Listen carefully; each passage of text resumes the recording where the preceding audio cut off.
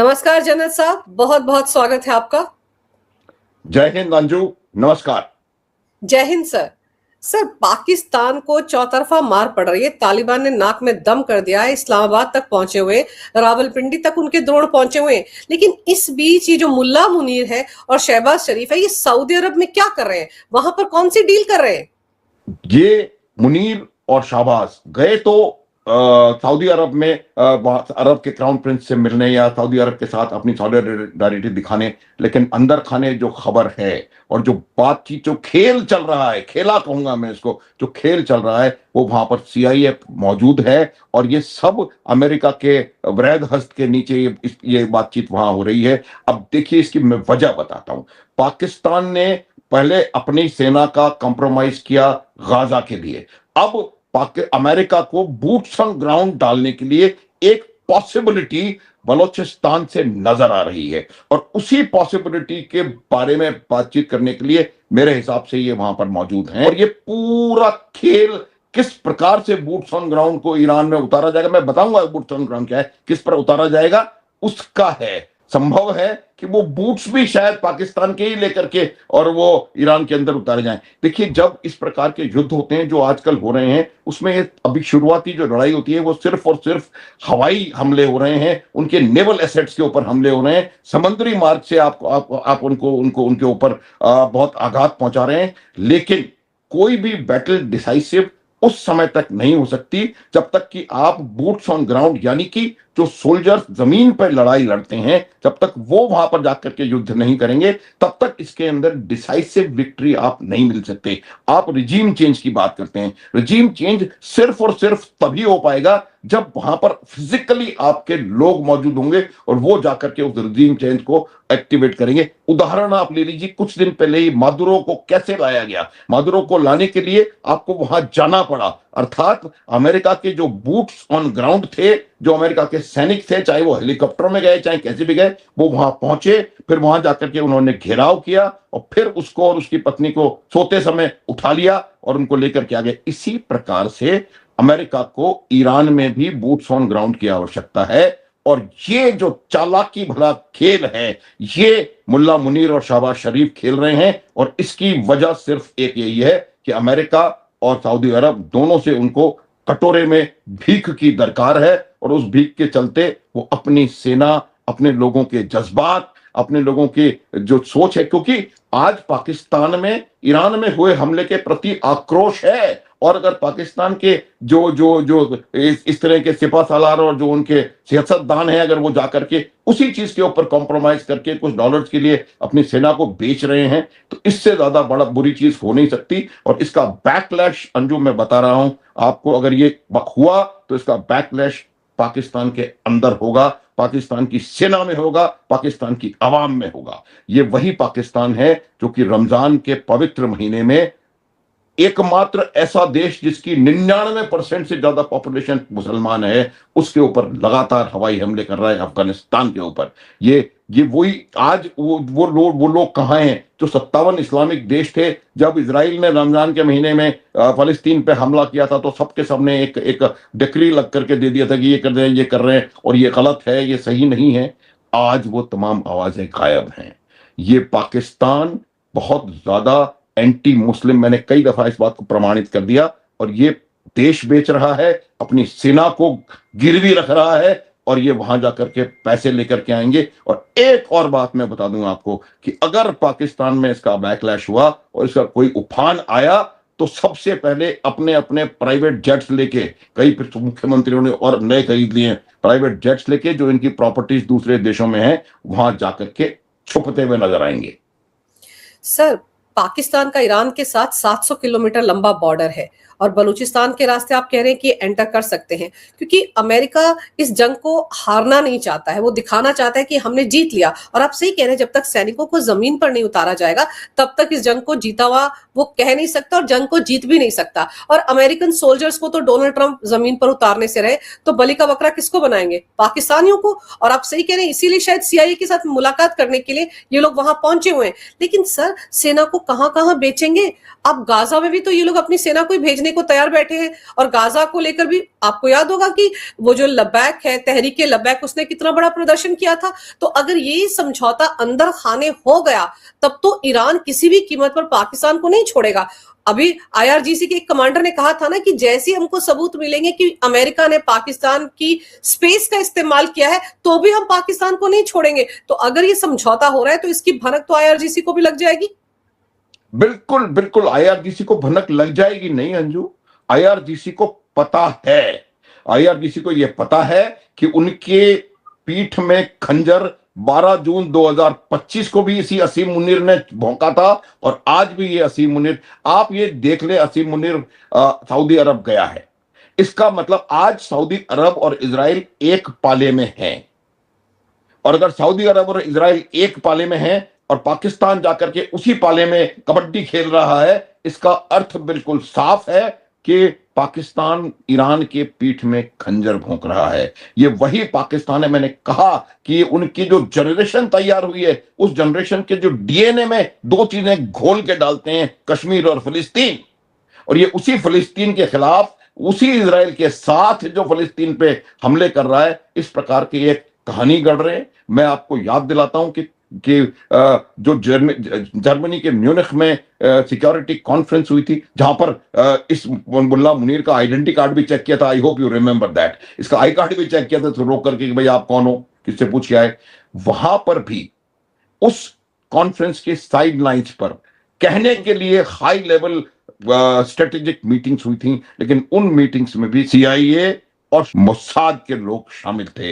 ये बहुत बड़ा खेल मुल्ला मुनीर रच रहा है और मुल्ला मुनीर का ये बहुत बड़ा खेल रचने का कारण, मैं ये समझता हूं, कारण सिर्फ ये है कि आज पाकिस्तान की अर्थव्यवस्था जिस प्रकार की है, पहली बात, और जिस प्रकार की पिटाई पाकिस्तान के ऑपरेशन सिंदूर में लगी है, दूसरी बात, उससे उबरने के लिए उसको इस भीख की बहुत ज्यादा जरूरत है। और जो पिछले 7, 8, 10 महीने से अमेरिका पाकिस्तान को पैम्पर कर रहा है, ये वही ट्रंप है जिसने 2018 में कहा था कि मैंने जितने करोड़ डॉलर्स पाकिस्तान को दिए, पाकिस्तान ने वो तमाम करोड़ डॉलर्स जो है वो टेररिज्म को फंड करने में लगा दिए। वो वही ट्रंप जो है पाकिस्तान को पैम्पर कर रहा है पिछले 10 महीने से। वजह सिर्फ एक है, वो पाकिस्तान की सेना को गाजा के लिए खरीदना चाहता है, क्योंकि उसको पता है कि जॉर्डन में इसी पाकिस्तान की सेना ने फिलिस्तीनियों का कत्ल किया था। तो पाकिस्तान की अकेली मुस्लिम सेना ऐसी है जो कि फिलिस्तीनियों का कत्ल करने से पीछे नहीं लौटेगी अगर उनको डॉलर पकड़ा दिया जाए तो। और दूसरी बात, उनको ईरान में बूट्स ऑन ग्राउंड डालने के लिए पाकिस्तान का रास्ता और शायद पाकिस्तान के बूट्स भी चाहिए होंगे। इसी वजह से वो पिछले 10 महीने से इनको पैम्पर कर रहा है। अमेरिका की शख्सियत को मैं बहुत अच्छे से जानता हूं। हेनरी किसिंजर की बात जो उसने कही थी, वो मैं याद रखता हूं कि उन्होंने कहा था कि enmity with America is dangerous and friendship with America is fatal. और यही फ्रेंडशिप फेटल सिद्ध होगी। पाकिस्तान आज इस बुरी तरह से फंसा हुआ है कि उसको समझ में नहीं आएगा कि वो वहां से कैसे निकले। इजराइल उनको छोड़ेगा नहीं। ईरान कन्विंस्ड है। आप ये मत समझें कि अगर आईआरजीसी को प्रमाण मिल गया, ईरान कन्विंस्ड है कि आईआरजीसी को पता है कि पाकिस्तान क्या क्या मदद कर रहा है। उनका वहां जाना काफी है इस बात का प्रमाण, क्योंकि आज सऊदी अरब और इजराइल एक पाले में है। बिल्कुल। सऊदी अरब ईरान से लड़ रहा है, और क्या प्रमाण चाहिए आप मुझे बताएं। तो ये बिल्कुल निश्चित है कि पाकिस्तान, क्योंकि उनकी अर्थव्यवस्था बहुत ज्यादा जर्जर है, पैसे डॉलर निकालने के लिए, और उसमें भी एक तो अर्थव्यवस्था और दूसरा खुद का, इसलिए वो कुछ भी करने को तैयार हैं। और मुझे लगता है वो पाकिस्तान की सेना को कॉम्प्रोमाइज कर रहे हैं और पाकिस्तान की आवाम को कॉम्प्रोमाइज कर रहे हैं। सर, क्योंकि सऊदी अरब के साथ जो डिफेंस डील इन्होंने पिछले साल सितंबर अक्टूबर में की थी, उसके हिसाब से तो ये तय था ना कि अगर पाकिस्तान पर कोई हमला करेगा तो सऊदी आएगा, सऊदी पर हमला करेगा तो पाकिस्तान आएगा। तो सऊदी पर तो ताबड़तोड़ हमले ईरान कर ही रहा है, और अगर इन दोनों की पेशी हो रही है सऊदी अरब में, तो उसमें आप सही कह रहे हैं, डोनाल्ड ट्रंप का हाथ जरूर होगा कि बुलाओ दोनों को। अब वो वक्त आ गया है कि भाई हम लोग सैनिकों को जमीन पर उतारे, और अगर सैनिकों को जमीन पर उतारने के लिए मुल्ला मुनीर राजी हो जाता है, तो सऊदी की बात भी रख ली जाएगी, क्योंकि सऊदी कह रहा है ना, हमें बचाओ, हमें मदद दो, हमारा डिफेंस करवाओ अपने सैनिकों से।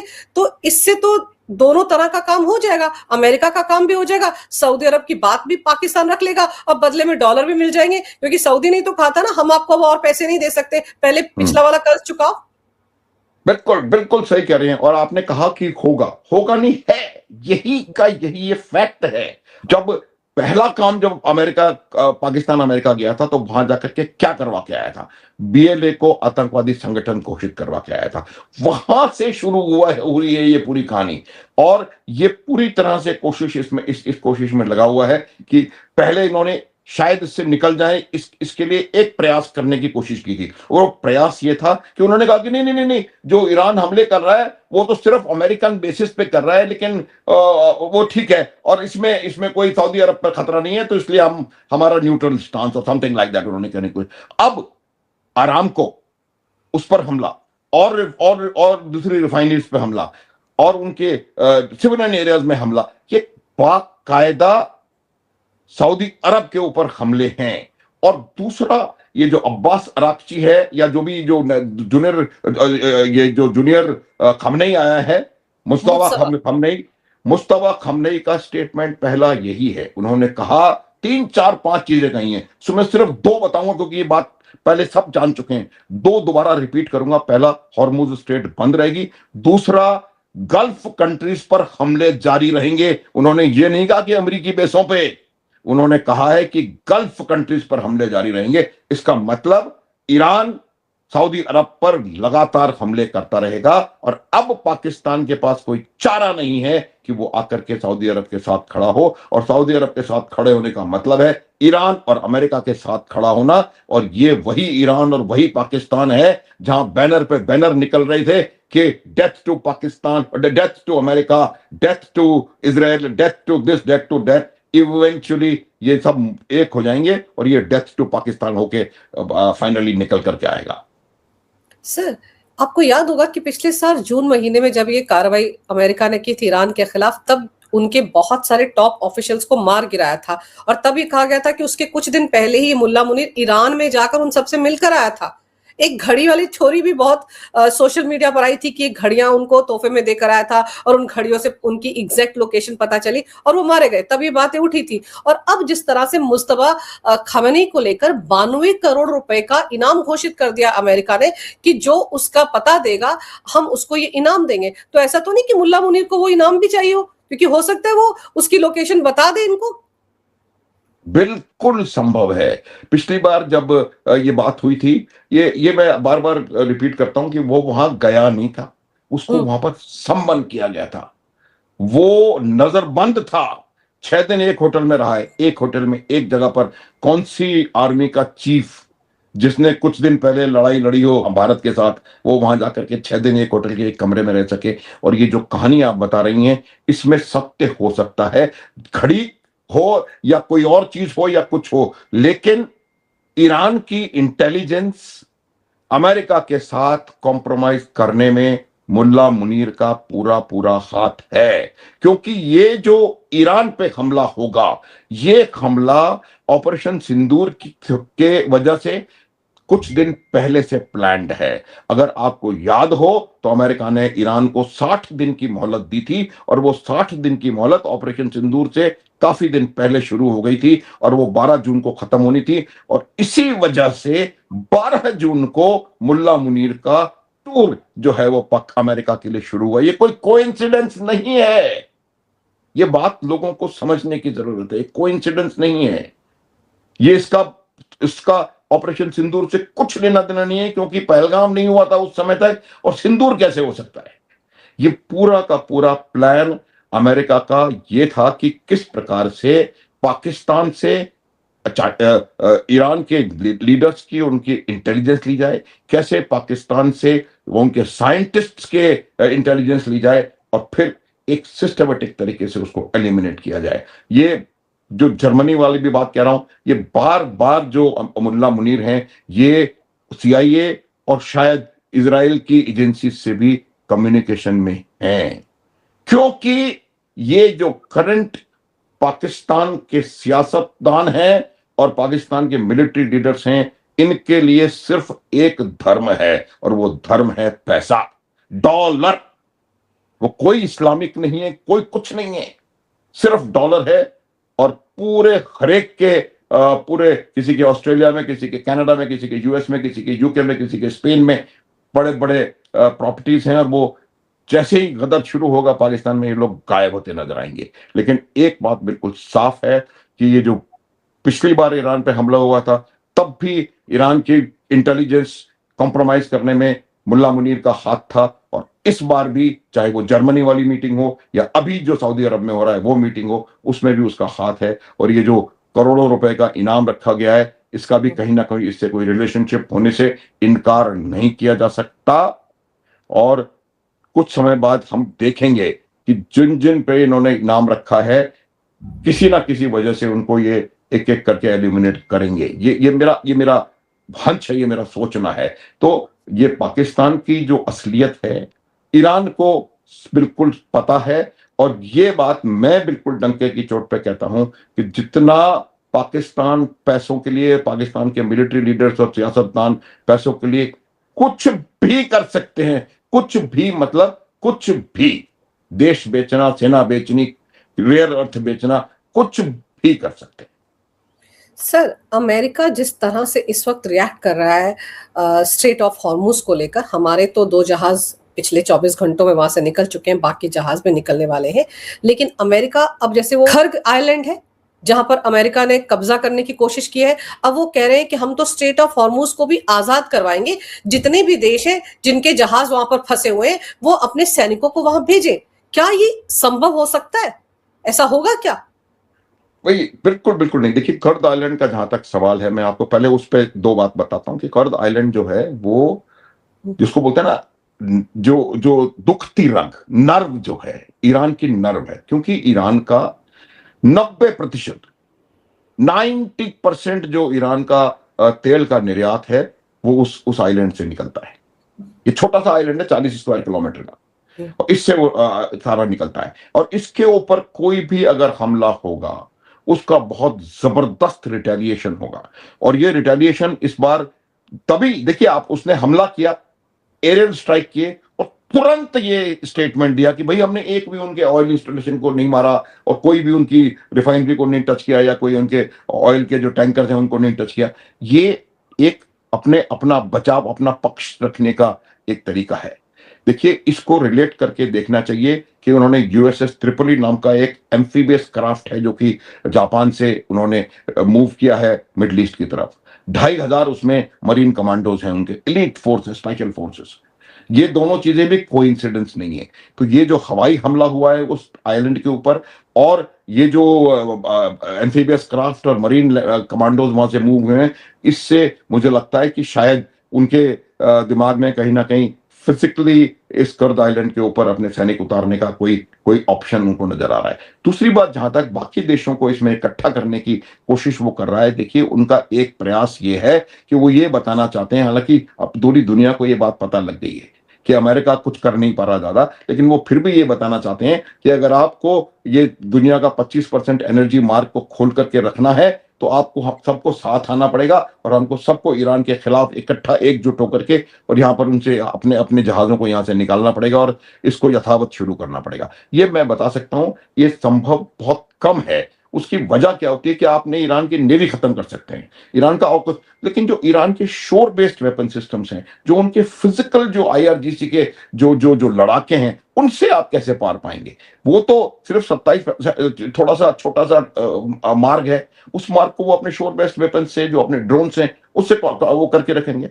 आप किसी भी ऑयल टैंकर के ऊपर 4 ड्रोन गिरा दीजिए, खत्म हो गया। जिस दिन ट्रंप ने यह डिक्लेयर किया था कि हम जीत चुके हैं और अब ईरान में कुछ हमला करने लायक कोई जगह ही नहीं बची है, यह कहा था ट्रंप ने कुछ दिन पहले, उसी दिन ईरान ने अमेरिका के 2 ऑयल टैंकर्स को समंदर के बीच में डाल दिया, आग लगा के। तो ये एक मैसेज था कि आप कह रहे हो कि हमारे में कुछ करने की वो नहीं है, ये लो, आप इसका जवाब ले लो। और अब दोबारा अगर इन्होंने कुर्द आइलैंड को हाथ लगाने की कोशिश करी, मेरा मानना है कि इसका रिटेलिएशन होगा। जितने भी ऑयल के डिपोज हैं मिडिल ईस्ट में, उनके ऊपर, वो सऊदी अरब के ऑयल टैंकर्स पे, ऑयल डिपोज पे हमला होगा, दुबई यूएई के ऑयल टैंकर्स, ऑयल इंस्टॉलेशंस के ऊपर हमला होगा, कुवैत के ऑयल इंस्टॉलेशंस, इराक के ऑयल इंस्टॉलेशंस के ऊपर हमला होगा। क्योंकि देखिए, आप ईरान को कितना भी कर लें, ये बात कई कई लोगों ने कही है कि ईरान आज एक ऐसी मेंटल स्टेट में है कि भाई हम तो डूबेंगे सनम, तुमको भी लेकर के डूबेंगे। ये बिल्कुल क्लियर है, ईरान के लोग ईरान के साथ हैं और ईरान मरने मारने पर उतारू है, और किसी कीमत पर मुझे लगता नहीं है कि अमेरिका इस युद्ध को पूरी तरह से जीतने की अवस्था में है। वो थोड़े दिनों बाद कोई ऐसा माहौल बनाएंगे और ऐसा एक एक नोशनल विक्ट्री और डिक्लेयर करेंगे कि इससे लगेगा कि अरे भाई, अरे हम जीत गए और हम इस काम को करने गए थे और हमने वो सब वहां कर दिया, और अब हम ड्रम बजाते हुए, बैंड बजाते हुए वहां से वापस आ गए विजय श्री हासिल करके। जबकि हालात मुझे लगता है इसके काफी विपरीत है। सर, आप बिल्कुल सही कह रहे हैं, क्योंकि पिछले 24 घंटे में अगर ट्रंप की स्टेटमेंट्स को देखें तो एक तरफ कह रहे हैं हम जीत गए, हमने युद्ध जीत लिया है, हमने ईरान की आर्मी को तबाह कर दिया, उनकी नेवी को तबाह कर दिया, और अब दूसरी तरफ आप स्टेट ऑफ हॉर्मुज में बाकी देशों का सहयोग मांग रहे हैं।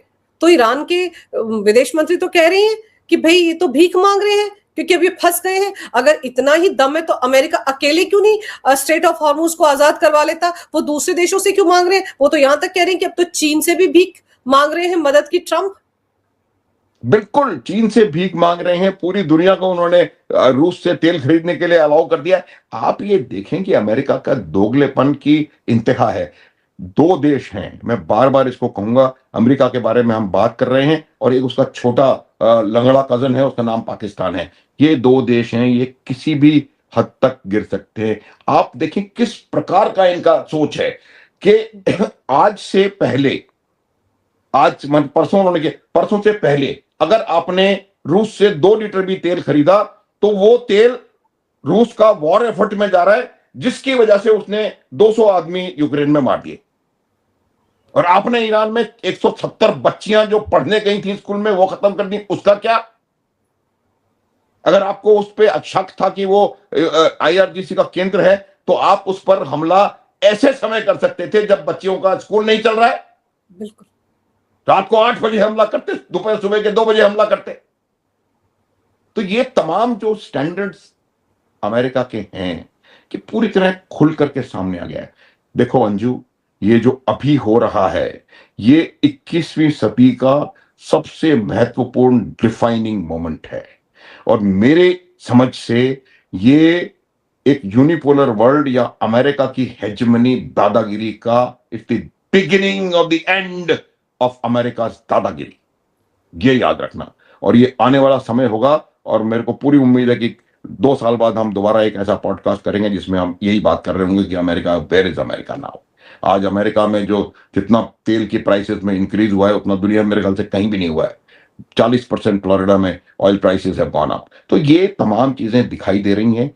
देखिए, जब भी अमेरिका किसी भी युद्ध में गया है तो उस समय के राष्ट्रपति की एक्सेप्टेंस रेटिंग में जबरदस्त उछाल आया है। कभी तो ये 90% तक उछल करके ऊपर गया है। ट्रंप अकेला ऐसा प्रेसिडेंट है जिसने युद्ध शुरू किया और उसकी एक्सेप्टेंस रेटिंग लगभग 34% पे आके गिर गई है। इससे पता पड़ता है कि किस तरीके का उनको विरोध का सामना अपने देश में करना पड़ रहा है, किस तरीके के विरोध का सामना उनको बाकी तमाम विश्व में दो एक दोगले धोखेबाज पाकिस्तान जैसे देशों को छोड़ के सब आपके साथ, कोई आपके साथ नहीं खड़ा एकदम ओपनली। तो ये मेरा मानना है कि अमेरिका के अंतिम सांसें गिन रहे हैं अमेरिका वाले। तो भीख क्यों मांग रहा है? मदद की इसीलिए मांग रहे, कहीं ना कहीं बेबस हो गया है।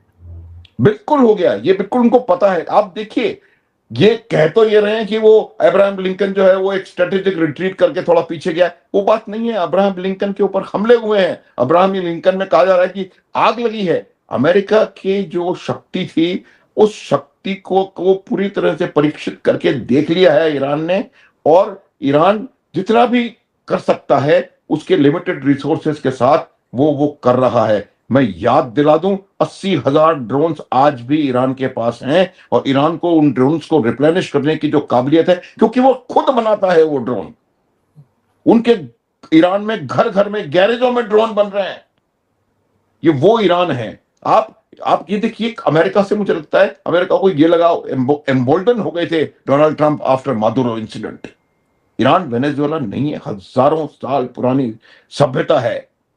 वहां के लोग मरना पसंद करेंगे झुकने की बजाय, और यही उनको समझ में नहीं आ रहा है। देखिए, सबसे बड़ी गलती जो अमेरिका और इजराइल से मेरे हिसाब से हुई है, एप्रिसिएशन में, दुश्मन की शक्ति आंकने में, वो उनकी फिजिकल जो पावर, मिलिट्री पावर है उसमें नहीं हुई है। वो गलती हुई है उनकी रेजिलियंस की कैपेबिलिटी को आंकने में। इनको लगा कि हम जाकर के एक दिन में कुछ पाकिस्तानी डिफेक्टर्स की और कुछ इनके सीआईए की और इनकी वजह से हम वहां जाकर के इतने लोगों को एक साथ खत्म कर देंगे तो बिखर जाएगा ईरान। वो बिखरा नहीं, वो और इकट्ठा हो गया। और जिस प्रकार की रेजिलियंस ईरान ने इस पूरे इस संघर्ष के दौरान दिखाई है, उसका कोई मुझे लगता है कि मुकाबला नहीं है। और वही रेजिलियंस है। अभी कुछ दिन पहले, कल या परसों, एक उन्होंने वीडियो निकाला है, और उस वीडियो में उन्होंने ड्रोन्स के जो जमीन के अंदर इनके टनल्स, जो मिसाइल सिटीज हैं, वहां पर काफी गाड़ियां चलती हुई दिखाई हैं जो ड्रोन्स और मिसाइल्स लेकर के चल रही हैं। उसके देखिए क्लियर कट मैसेज दिया है। पहला मैसेज रेजिलियंस का है कि हम लड़ेंगे। दूसरा मैसेज बिल्कुल साफ है कि हमारे पास हमारी शक्ति, हमने जमीन के इतने अंदर इतनी सफाई से रख रखी है जहां तक आप पहुंच नहीं सकते, you can not reach there. और तीसरी बात यह है कि हमारे पास अभी भी बहुत जबरदस्त रेजिडुअल कॉम्बैट पावर है, और हम धीरे धीरे करके इसका सही समय पर प्रयोग करके आपको नुकसान पहुंचाते रहेंगे, और हम एक लंबी लड़ाई लड़ने के लिए तैयार हैं। लंबी मतलब सालों सालों। सर, और दूसरी तरफ जैसे ये खबर आई है ना कि मुज्तबा खमेनेई के बारे में जो जानकारी देगा उसको 92 करोड़ रुपए दिए जाएंगे इनाम के तौर पर अमेरिका द्वारा। अब तो ईरान ने भी कहना शुरू कर दिया है कि जो लोग अमेरिकी सैनिकों के बारे में उनको जानकारी देंगे उनको भी वो इनाम देंगे। तो अमेरिका में तो सर वैसे जब ताबूत पहुंचने शुरू हो गए, हालांकि वहां सेंसरशिप लगा दिया गया है, कोई वीडियो सामने नहीं आ रहा है, लेकिन अमेरिकी सैनिक मारे तो जा रहे हैं। वॉर में दोनों तरफ हानि होती है, तो उससे भी तो जूझना पड़ रहा है ना घर में डोनाल्ड ट्रंप को। प्रेशर तो है, इसीलिए वो जल्द से जल्द इस वॉर को खत्म करने की बातें कर रहे हैं, लेकिन दूसरी तरफ ये भी कह देते हैं कि ईरान इज वेरी टफ। बिल्कुल बिल्कुल। देखिए, अमेरिका सिर्फ यही एक्सेप्ट नहीं करेगा, अमेरिका के लोग बॉडी बैग्स, और बॉडी बैग्स जाने शुरू हो गए। अमेरिका बूट्स ऑन ग्राउंड क्यों नहीं रख रहा? क्योंकि उसको पता है कि that will mean lot of body bags, और वो जब पीछे जाएंगे। देखिए, एक चीज को हमें नहीं भूलना चाहिए कि ये अमेरिका में इलेक्शन का, मिड टर्म इलेक्शन का ईयर है, और मिड टर्म इलेक्शन में एज इट इज रिपब्लिकन की काफी बत्ती बंद है। और इसके बाद अगर यहां से बॉडी बैग्स और चले गए, वहां पर जो इकोनॉमिक बैकलैश इनकी इनकी हर पॉलिसी की वजह से हुआ है, चाहे वो टैरिफ की पॉलिसी हो, चाहे वो अभी अभी इस प्रकार की वॉर हो, वो तमाम चीजें कहीं ना कहीं कंट्रीब्यूट कर रही हैं। और मुझे लग रहा है कि ट्रंप को भी ये बात समझ में आ रही है कि हार उनके सामने खड़ी हुई है इलेक्शन के अंदर। तो उस चीज को भी हमें भूलना नहीं चाहिए। एक और चीज, कोई स्पेशल फाइल है जिसके बारे में पूरी दुनिया बात कर रही है, उसका भी इसमें कुछ योगदान है, उसको भी नहीं भूलना चाहिए। तो मेरा ये मानना है कि अमेरिका का प्रयास रहेगा कि वो वहां से जल्दी इसको खत्म करके चला जाए। देखिए, मैं एक बात और बताता हूं कि जब तक आपको एंड स्टेट नहीं पता, तब तक आपको ये नहीं मालूम होता कि आप कर क्या रहे हैं, क्यों लड़ रहे हैं। आज अमेरिका को ये क्लियर नहीं है कि वो चाहता क्या है इस लड़ाई से। क्या ईरान के टुकड़े करना चाहता है, या ईरान के आईआरजीसी के हर जवान को खत्म करना चाहता है? क्या चाहता है ये क्लियर नहीं है। जब तक आपको ये नहीं पता होगा कि what is your desired and state, आप लड़ाई को खत्म कैसे करोगे? जो आपका नोशन ऑफ विक्ट्री है कि आप अगर ये हो गया तो हम जीत गए, वो क्या है? रेजिम चेंज आप कर नहीं पाए, न्यूक्लियर एसेट्स को खत्म करना आप कर नहीं पाए, मिसाइल ड्रोन को खत्म करना, उनको उसको कॉम्प्रोमाइज करना आप कर नहीं पाए, प्रॉक्सीज को मदद नहीं देना आप कर नहीं पाए, कुछ भी आप नहीं कर पाए। अब आप क्या रिजल्ट चाहते हो? जब तक आप उस एंड स्टेट को डिफाइन नहीं करोगे, तब तक आप क्या लड़ाई लड़ रहे हो, किस बात के लिए लड़ाई लड़ रहे हो? This is not the way military fight. हमने डिसाइड किया था ऑपरेशन सिंदूर के दौरान कि हमें इनके ये 9 आतंकवादी अड्डों को खत्म करना है, हमने कर दिया खत्म, दैट इज इट। यस, और हम राइट। छोड़ करके आ गए। India is the only country which knows how to start a war and how to finish it. एक बार नहीं, कई बार हमने सिद्ध करके दिया है, चाहे वो 71 हो, चाहे वो 99 हो, और चाहे वो ऑपरेशन सिंदूर हो। वॉर को खत्म करना एक बहुत बड़ी ताकत होती है, और वो सिर्फ भारतवर्ष अच्छे से जानता है। आप यहां देख लें कैसे फंसा हुआ है। अफगानिस्तान में 20 साल फंसा रहा, वियतनाम में पता नहीं कितने साल फंसा रहा। तो ये अभी आने वाला टाइम बताएगा, लेकिन आज बिल्कुल क्लैरिटी नहीं है, और यही वजह है क्योंकि आपको एंड स्टेट नहीं पता, तो आप बात भी नहीं कर सकते। आपको अगर बात भी करनी है किसी से, तो आप उसको कहोगे ना कि भाई मुझे ये चाहिए, तब हम आगे बढ़ेंगे। आपको पता ही नहीं है कि आपके एंड स्टेट आप चाहते क्या है। जो चाहते थे वो हो नहीं रहा। रेजिम चेंज अच्छे नहीं कर सकते आपके, जब तक कि आप बूट्स ऑन ग्राउंड नहीं उतारेंगे। तो ये तमाम चीजें देखने की आवश्यकता है, और ये जो जो कन्फ्लिक्ट है, ये मुझे खत्म होता हुआ निकट भविष्य में नजर नहीं आ रहा है। लेकिन फिर भी एक संभावना सिर्फ ये है कि किसी भी चीज को डोनाल्ड ट्रंप कह देंगे कि भाई हाँ हम जीत गए, और जाके अपने अमेरिकन को बता देंगे कि हम बिल्कुल विजय श्री हासिल करके आए हैं, हमारी आरती उतारो, और हम जीत करके आ गए। That's the only way. Sir, ये भी एक बहुत बड़ा झूठ है, और बिल्कुल उसी तरह ये सबसे बड़ा झूठ है कि हम तो जीत रहे हैं, जीतने वाले हैं। जैसे इन्होंने ये झूठ बोला था कि भारत और पाकिस्तान के बीच ऑपरेशन सिंदूर में हमने सीज फायर करवाया था, तो ये वैसे ही झूठ है, और ये झूठ की पोलपट्टी ऐसे ही खुलेगी। जी हाँ, और उससे भी झूठ, ये देखिए, ये he is a compulsive liar. ये न्यूयॉर्क टाइम्स की या वॉशिंगटन पोस्ट की रिपोर्ट है, जब उन्होंने कहा था कि अपनी पिछली टर्म में उन्होंने कोई 37,000 बार झूठ बोला, दैट कम्स टू सम 2-3 हजार झूठ पर डे और समथिंग लाइक दैट। तो ये मैं ये बता रहा हूं कि ट्रंप सुबह उठ के कहां किस चीज, किस सोशल मीडिया हैंडल पे क्या लिख देंगे, ये उनको खुद नहीं पता होता। कनाडा हमारा एक एडिशनल राज्य बन गया। वो ट्रूडो को कहते हैं, गवर्नर ट्रूडो कहते हैं मैं पनामा ले लूंगा, मैक्सिको खा जाऊंगा, वेनेजुएला ले लूंगा, क्यूबा को ये कर दूंगा, ग्रीनलैंड को खा जाऊंगा, 24 घंटे में युद्ध रुकवा दूंगा, 8 युद्ध मैंने रुकवा दिए। ये कहां है नोबेल प्राइज?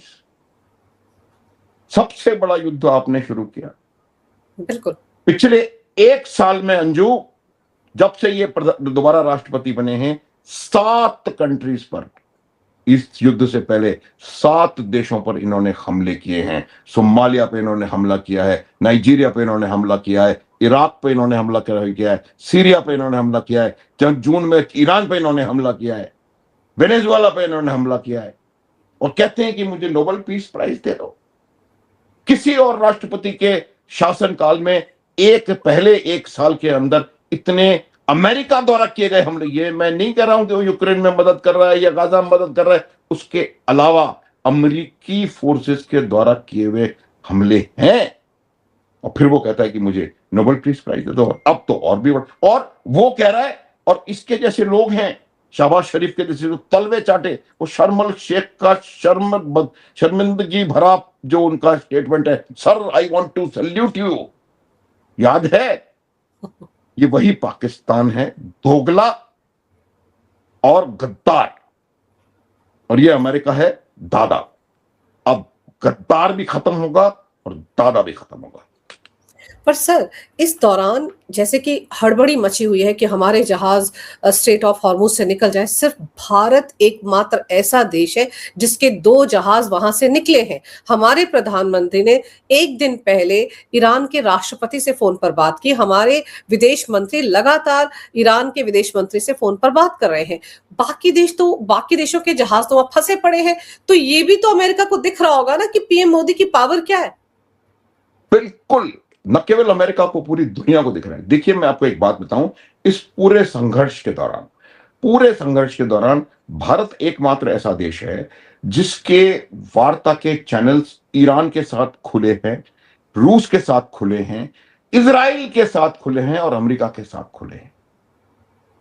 ये एकमात्र ऐसा देश है कि उसने अमेरिका के कहने के बरखिलाफ ईरान के एक शिप को बर्थिंग, आपको याद है, यहाँ बॉम्बे, मुंबई में या कोची में कहीं करा। तो ये जो हमारी कूटनीति की बहुत बड़ी ताकत है। हमारे यहाँ कुछ लोग हैं जिनको कूटनीति के हिज्जे नहीं पता, स्पेलिंग नहीं पता, वो बकवास कर रहे हैं कि हमारी विदेश नीति क्या और फलानी नीति क्या और ढकाने नीति क्या। ये भारत की सबसे बड़ी कूटनीतिक विजय है। 2 नहीं 5 शिप्स हमारे आ चुके हैं, 5। 1 पहुंच चुका है, 2 पहुंचने वाले हैं और ये जो 2 अभी निकले हैं वहां से, ये 2 भी पहुंच में 5 शिप्स हमारे आ गए हैं। अब 22 या 23 शिप्स और हैं, वो भी हम। ये जो कूटनीतिक विजय है, जो वहां के जो इनके साथी देश हैं उनको नहीं निकलने दे रहे, सिर्फ चीन और रूस इसलिए क्योंकि उनकी वो मदद कर रहे हैं डायरेक्टली। भारत की कूटनीति है, क्योंकि भारत ने अभी यूनाइटेड नेशंस में ईरान के खिलाफ मत दिया है, बावजूद उसके, क्योंकि वो भी जब किया था तब हमने उनको कह दिया था पहले कि प्रिंसिपल्स के आधार पर हम आपके द्वारा किए गए गल्फ कंट्री में जो हमले हो रहे हैं उनके खिलाफ बोलेंगे। उनको कह के किया था, हमने खंजर नहीं भौंका उनकी पीठ में। और यही किया, बावजूद उसके सिर्फ और सिर्फ भारत के 5 जहाज उन्होंने वहां से आने दिए हैं। ये जबरदस्त विदेश नीति और उससे भी कहीं जबरदस्त कूटनीति। एक दिन पहले प्रजेश चांद से बात करी प्रधानमंत्री ने, उनका उप विदेश मंत्री आकर के रायचूर डायलॉग या जहां भी आकर के वो बोल रहा है, बात कर रहा है। ये तमाम चीजें एक बहुत परिपक्व और सशक्त नेतृत्व और एक बहुत प्रभावी और परिपक्व विदेश नीति का नतीजा है। ये बात याद रखने की जरूरत है। भ्रांतियां फैला रहे हैं, कुछ लोग जेल से निकल करके आ गए हैं, अब उनकी जबान खुल गई है कि भाई मैं जेल से आ गया और मैं जो चाहे बक सकता हूं, वो इस प्रकार की बकवास कर रहे हैं। इनकी बातों को हमारे भारत की बहुत पढ़ी लिखी जनता, समझदार जनता समझती है और इनको इनका रास्ता सही समय आने पर दिखाएगी। ये बात बिल्कुल क्लियर है कि भारत की कूटनीति और विदेश नीति पूरी तरह से सर्वश्रेष्ठ साबित हुई है। बिल्कुल सही कह रहे हैं आप सर। और जैसे आपने बताया कि 5 जहाज हमारे स्ट्रेट ऑफ हॉर्मुज से निकल चुके हैं, आने वाले दिनों में 23 और जहाज है जो निकलेंगे। और जब पूरी दुनिया में हाहाकार मचा हुआ है स्ट्रेट ऑफ हॉर्मुज पर, इतने जहाज वहां पे फंसे पड़े हैं, उस दौरान भारत के जहाज अगर निकल जाएं तो ये हमारी विदेश नीति का ही कमाल है, पीएम मोदी की डिप्लोमेसी का ही कमाल है। लेकिन देश के अंदर ऐसे लोग हैं सर जिनको हर मुद्दे पर ची पौ करना होता है, तो वो करते रहेंगे, लेकिन उनसे कोई फर्क नहीं पड़ने वाला है। दुनिया तो देख रही है कि भारत कहां खड़ा है इस वक्त, और भारत पर शायद आने वाले दिनों में ये दारोमदार भी आ जाए कि बैकडोर चैनल शुरू किए जाएं ताकि अपनी नाक बचा सकें डोनाल्ड ट्रंप, जिस तरह से वो फंसे हुए हैं। हो सकता है आने वाले दिनों में ये सब भी देखने को मिले। लेकिन सबसे इंपॉर्टेंट तो सर इस वक्त ये है कि क्या खिचड़ी पकाई है सीआईए के साथ मुल्ला मुनीर ने, और आने वाले दिनों में क्या जो ईरान है वहां पर पाकिस्तान अपने सैनिकों को घुसाएगा अमेरिका के लिए। अब देखना ये दिलचस्प होगा सर। आपने सर समय निकाला, बहुत विस्तार से इस विषय पर बहुत अहम जानकारी मेरे दर्शकों को दी। आपका बहुत बहुत धन्यवाद। नमस्कार। भारत माता की जय। वंदे मातरम। जय हिंद। जय हिंद। जय भारत। जय भारत।